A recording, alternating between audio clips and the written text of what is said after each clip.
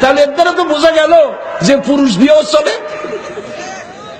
শুধু নারী নাই, নারী নাই, গান নাই, বাজনা নাই, নাচ নাই, একটা মানুষের বক্তৃতা দিয়ে একটা টেলিভিশন চ্যানেল চলে, আর তার দর্শক পৃথিবীর কোটি কোটি মানুষ। সেই লোকটাকে ডক্টর জাকির নায়েক। ওই লোকটার নাম আমার মনে আসলেই আমার কলজা থেকে খালি দোয়া আসে, মনে হয় মুসলিম মিল্লাতের জন্য আল্লাহর নিয়ামত।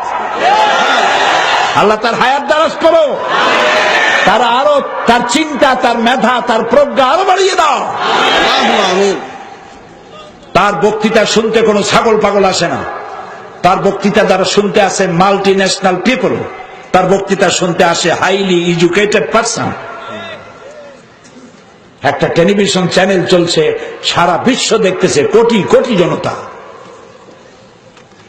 কি সুন্দর করে, তার মাথাটা একটা ব্রেন, তার মাথাটা একটা কম্পিউটার, যে মিরাকেল ম্যান।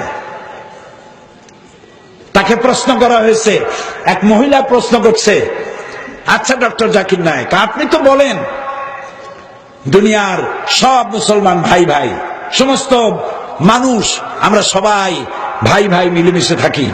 আপনি খুব ভালো বলেন, সুন্দর বলেন, আপনার কথা শুনতে ইচ্ছে করে। ইসলাম যদি এত উদার হয়, তাহলে আপনাদের মক্কা মদিনায় শুধু আপনারাই যাবেন, আমরা হিন্দুরা বৌদ্ধরা যেতে পারবো না কেন?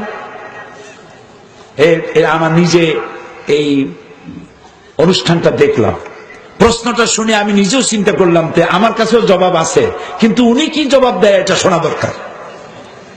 প্রশ্নটা একটু কঠিন না? আপনার মক্কা মদিনা, আপনি এত উদার, এত ভালোবাসা সারা মানুষের জন্য, আপনার মক্কা মদিনা খালি আপনি যাবেন আর কেউ যাইতে পারবে না, এটা কেমন কথা? উনি জবাবে বললেন, বোন আপনার বাড়ি কই?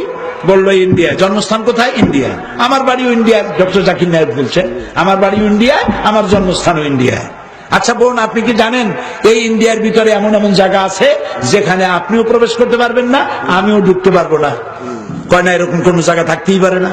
আমার জন্মস্থান, আমার দেশ, আমি কেন যাইতে পারবো না? অবশ্যই যেতে পারবেন না। এরকম জায়গা আছে, ওইটার নাম ক্যান্টনমেন্ট। এই ক্যান্টনমেন্টে ঢুকতে পারবে ওরা যারা দেশ এবং জাতির জন্য যে কোনো মুহূর্তে জান দিতে পারে, মাল দিতে পারে, রক্ত দিতে পারে, জীবনটা অকাতরে বিলীন করে দিতে পারে। ক্যান্টনমেন্ট ওদের জন্য, তোমার আমার জন্য না। এরপরে ডক্টর জাকির নায়েক বললেন, মক্কা মদিনা ইসলামের একটা ক্যান্টনমেন্ট। এই ক্যান্টনমেন্টে ওই সব লোকেরাই যায় যারা ইসলামের জন্য জান দিতে পারে, মাল দিতে পারে, রক্ত দিতে পারে, তাদের জন্যই এই ক্যান্টনমেন্টে প্রবেশের অধিকার আছে। বোন আপনিও যেতে পারবেন। আপনার পাসপোর্টে নতুন একটা ভিসা লাগান, ভিসার নাম লা ইলাহা ইল্লাল্লাহু মুহাম্মাদুর রাসূলুল্লাহ। ভিসাটা লাগান, আগামীকাল রওনা হয়ে চলে যান। কি সুন্দর জবাব! তার বক্তৃতায় কোনো উত্তাপ নাই, গর্জন নাই, হুঙ্কার নাই, মারামারি নাই, মানুষ শুনছে।